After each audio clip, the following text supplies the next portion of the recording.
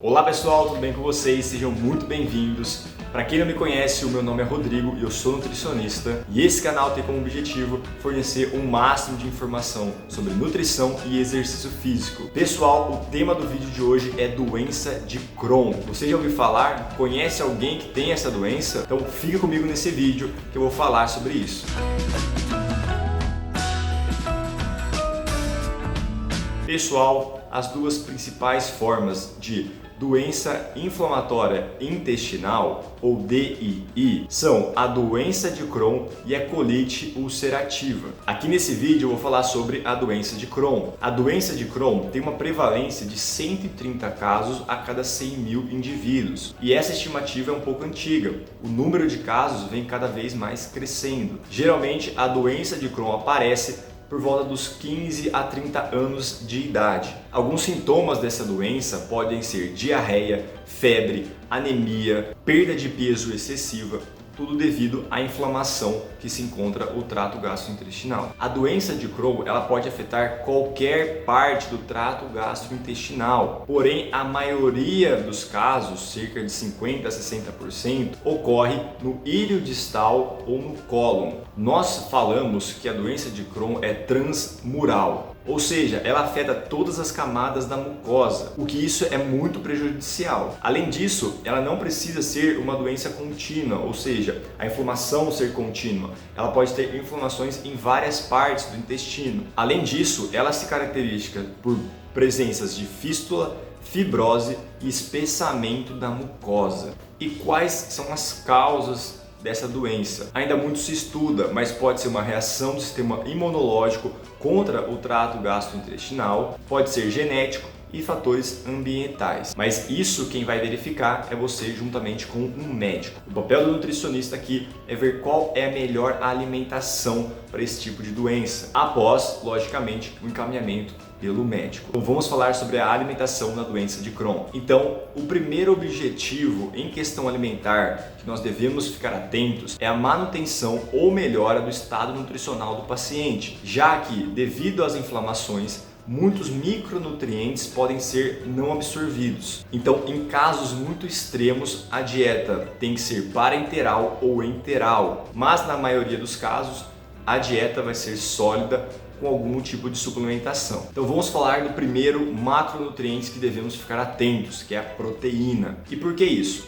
Quando ocorre a inflamação no trato gastrointestinal, ocorre a perda da absorção de alguns aminoácidos, até mesmo a diminuição da absorção de proteínas com um balanço nitrogenado negativo devido à medicação. Isso o nutricionista tem que conversar bem com o médico, mas as demandas de proteína aumentam. Para você ter uma comparação, para indivíduos sedentários que não praticam atividade física, mas não possuem nenhum tipo de patologia, o recomendado é de 0,8 a 1 grama de proteína por quilo de peso. Para esse mesmo exemplo, mas com a doença de Crohn, as quantidades de proteína aumentam de 1,3 a 1,5. Então você deve fazer um aumento de proteína, mas antes passe no nutricionista para ele ver qual é a melhor opção. E como eu falei, alimentos sólidos, se você comer muito alimento sólido, pode agravar a doença. Então, em alguns casos, uma suplementação com a proteína em pó pode ser viável, mas isso você tem que ver com o seu nutricionista. Os próximos nutrientes são vitamina B6 e B12. Dependendo da área que ocorre a inflamação, alguns minerais e vitaminas ficam com deficiência de absorção, principalmente B6 e B12. Nós temos que tomar muito cuidado com o consumo de vitamina do complexo B por causa de futuras anemias, principalmente se você for vegetariano ou vegano. Então eu vou deixar aqui no card um vídeo sobre vegetarianismo. Você deve ver com seu nutricionista se caso há a necessidade de a suplementação de vitamina B6 e B12. O terceiro aqui da lista também é um conjuntinho de nutrientes que é zinco, potássio e magnésio. Devido a alguns efeitos colaterais da doença de Crohn, ocorre um aumento da diarreia e com isso você perde muito micronutriente, principalmente zinco, magnésio e potássio. Como isso pode ser sanado? Ou você busca uma suplementação, ou você pode estar fazendo a utilização de alguns isotônicos que possuem grandes quantidades de micronutriente. Esses isotônicos são muito importantes até para quem é atleta, que sua demais e perde muito micronutriente durante o treino.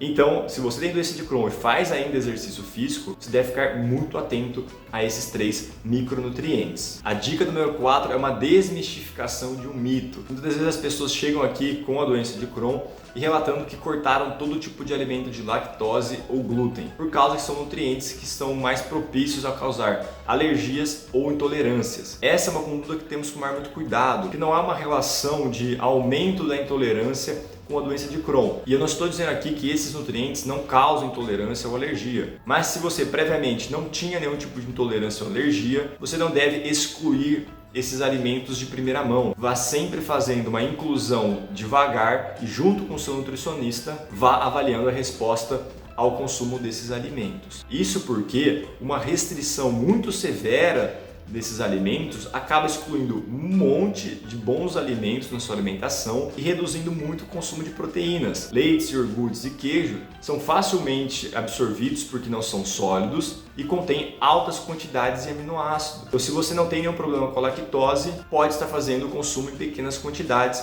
com acompanhamento nutricional, beleza? Então, primeiramente, veja se previamente você não tem nenhum tipo de intolerância ou alergia e se caso não tiver, você pode ir adentrando alguns alimentos durante o seu dia a dia para que você tenha o aporte nutricional adequado.